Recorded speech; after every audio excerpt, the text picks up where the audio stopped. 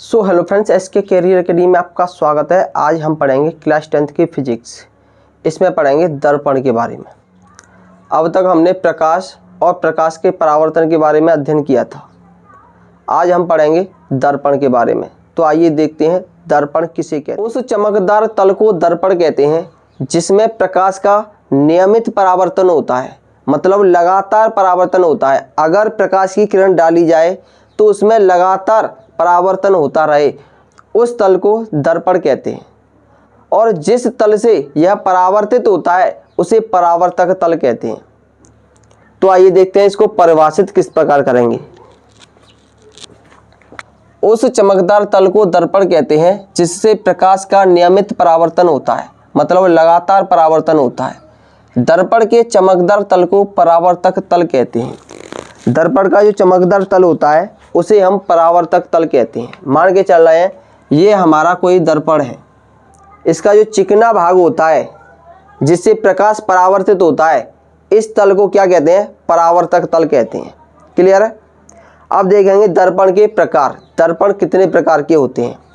तो दर्पण मुख्यतः दो प्रकार के होते हैं। कौन कौन से होते हैं? एक तो होता है समतल दर्पण और एक होता है गोलीय दर्पण। तो सबसे पहले हम देखेंगे समतल दर्पण के बारे में। समतल दर्पण किसे कहते हैं? ऐसा दर्पण जिसका परावर्तक पृष्ठ समतल होता है उसे समतल दर्पण कहते हैं। मतलब ऐसा दर्पण जिसका परावर्तक पृष्ठ समतल होता है उसे समतल दर्पण कहते हैं। मान के चलेंगे ये कोई दर्पण है, अगर इस पर कोई प्रकाश की किरण डालें और परावर्तित हो जाए तो इसे देखेंगे क्या ये समतल है। अगर ये परावर्तक तल समतल है तो ये समतल दर्पण कहलाएगा। क्लियर है?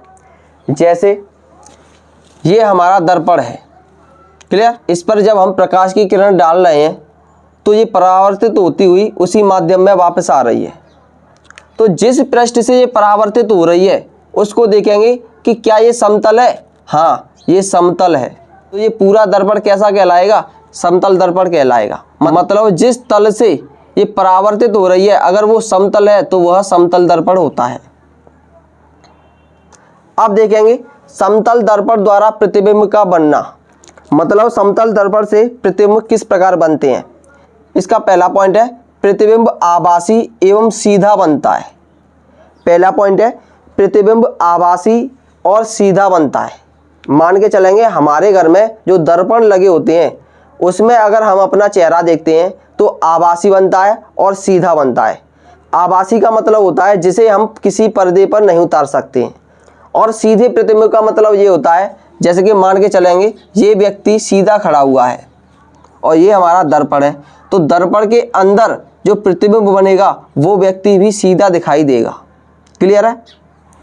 इसका अगला पॉइंट है प्रतिबिंब दर्पण के उतने ही पीछे बनता है जितनी वस्तु से दर्पण की दूरी होती है। मान के चलेंगे ये हमारा कोई समतल दर्पण है, यहाँ से 5 मीटर की दूरी पर ये वस्तु रखी है, तो हमें महसूस होगा अगर वस्तु की लंबाई है वो 10 सेंटीमीटर है तो यहाँ पर जो प्रतिबिंब बन रहा है हमारा उसकी लंबाई भी 10 सेंटीमीटर होगी।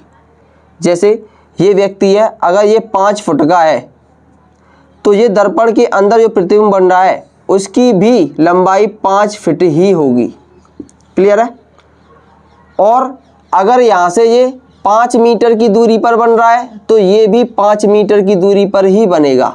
इसी प्रकार अगर यहाँ से ये 10 मीटर की दूरी पर खड़ा हुआ है तो हमें प्रतिबिंब में इसी प्रकार दिखाई देगा कि ये प्रतिबिंब से 10 मीटर की दूरी पर पीछे की तरफ खड़ा हुआ है।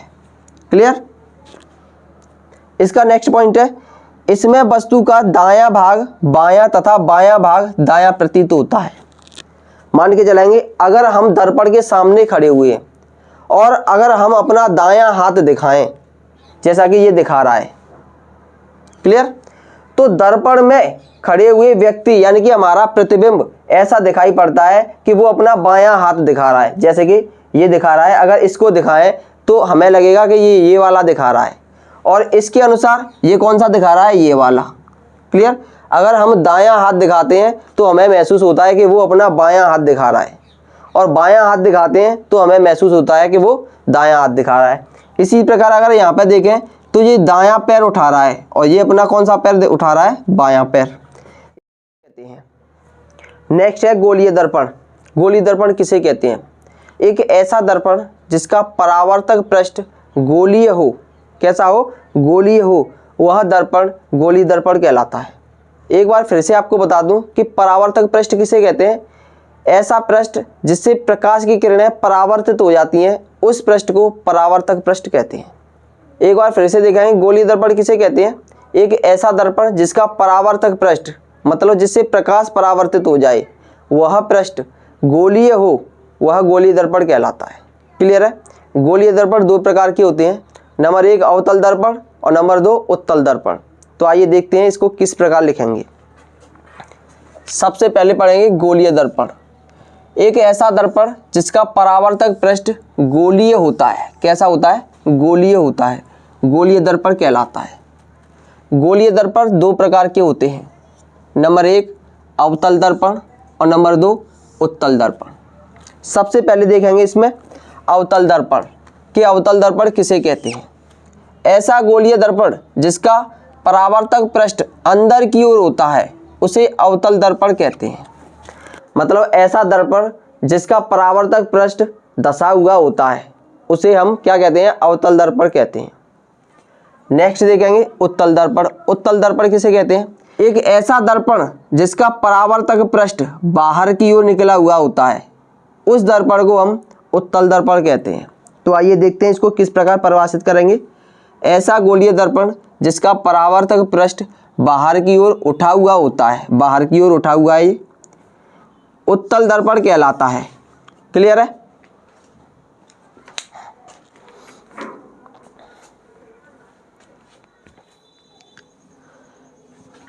नेक्स्ट देखेंगे गोलीय दर्पण में प्रयुक्त होने वाले कुछ शब्द। मान के चलेंगे ये हमारा कोई गोलीय दर्पण है, इसमें प्रयुक्त होने वाले कुछ शब्दों के बारे में जानेंगे। क्लियर है?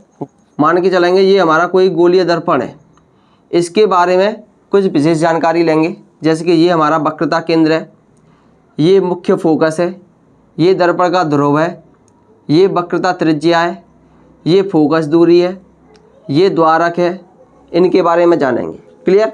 ये देखते हैं सबसे पहले दर्पण का ध्रुव। दर्पण का ध्रुव किसे कहते हैं? गोलीय दर्पण के परावर्तक पृष्ठ के केंद्र को दर्पण का ध्रुव कहते हैं। गोलीय दर्पण, ये गोलीय दर्पण है, इसका परावर्तक पृष्ठ अंदर की तरफ है चाहे बाहर की तरफ हो, इसका जो केंद्र होगा वह दर्पण का ध्रुव कहलाएगा। इसे P से प्रदर्शित करते हैं।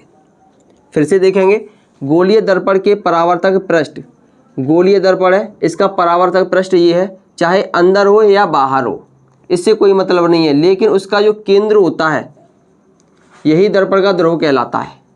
क्लियर है? इसे हम P से प्रदर्शित करते हैं। नेक्स्ट है मुख्य अक्ष। मुख्य अक्ष किसे कहते हैं? गोलीय दर्पण के ध्रुव तथा वक्रता केंद्र से होकर गुजरने वाली एक सीधी रेखा को मुख्य अक्ष कहते हैं। गोलीय दर्पण, ये हमारा कोई गोलीय दर्पण है, इसके ध्रुव तथा वक्रता केंद्र से होकर गुजरने वाली सीधी रेखा को मुख्य अक्ष कहते हैं। ये हमारा मुख्य अक्ष है। क्लियर है? नेक्स्ट देखेंगे वक्रता केंद्र किसे कहते हैं? गोलीय दर्पण का परावर्तक पृष्ठ जिस गोले का भाग होता है, गोलीय दर्पण का परावर्तक पृष्ठ, ये हमारा कोई परावर्तक पृष्ठ है, ये जिस गोले का भाग होता है, ये हमारा पूरा गोला है, उसका केंद्र वक्रता केंद्र कहलाता है। फिर से देखेंगे गोलीय दर्पण का परावर्तक पृष्ठ जिस गोले का भाग होता है, उस गोले का केंद्र वक्रता केंद्र कहलाता है। इसे हम C से प्रदर्शित करते हैं। किससे प्रदर्शित करते हैं? इसे C से प्रदर्शित करते हैं। ये होता है वक्रता केंद्र। नेक्स्ट है वक्रता त्रिज्या। वक्रता त्रिज्या किसे कहते हैं? गोलीय दर्पण का परावर्तक पृष्ठ जिस गोले का भाग होता है, उस गोले की त्रिज्या वक्रता त्रिज्या कहलाती है। गोलीय दर्पण का परावर्तक पृष्ठ जिस गोले का भाग होता है, उस गोले की त्रिज्या वक्रता त्रिज्या कहलाती है। दूसरी भाषा में हम ये भी बोल सकते हैं कि वक्रता केंद्र और ध्रुव के बीच की दूरी को वक्रता त्रिज्या कहते हैं। इसे R से प्रदर्शित करते हैं। क्लियर है? नेक्स्ट है द्वारक। द्वारक किसे कहते हैं? गोलीय दर्पण के परावर्तक पृष्ठ की वृत्ताकार सीमा रेखा का व्यास दर्पण का द्वारक कहलाता है। गोलीय दर्पण, ये हमारा कोई गोलीय दर्पण है, इसकी सीमा रेखा की जो वृत्ताकार व्यास है, मतलब यहाँ से यहाँ तक का जो व्यास है, इसे हम दर्पण का द्वारक कहते हैं। इसे हम MN से प्रदर्शित करते हैं। अगर यहाँ से दर्पण का द्वारक बना दिया जाए तो ये दर्पण का द्वारक MN बन जाएगा। क्लियर है। अब देखेंगे मुख्य फोकस। मुख्य फोकस किसे कहते हैं? वक्रता केंद्र तथा ध्रुव के मध्य बिंदु को मुख्य फोकस कहते हैं। वक्रता केंद्र तथा ध्रुव के मध्य बिंदु को मुख्य फोकस कहते हैं। इसे F से प्रदर्शित करते हैं। क्लियर है। मतलब वक्रता केंद्र क्या है हमारा C, ध्रुव क्या है P, इसका जो मध्य बिंदु होगा उसे हम मुख्य फोकस कहते हैं। इसे F से प्रदर्शित करते हैं। नेक्स्ट देखेंगे फोकस दूरी किसे कहते हैं? ध्रुव तथा मुख्य फोकस के बीच की दूरी को फोकस दूरी कहते हैं। ध्रुव तथा मुख्य फोकस के बीच की दूरी को फोकस दूरी कहते हैं। इसे स्मॉल f से प्रदर्शित करते हैं। क्लियर है।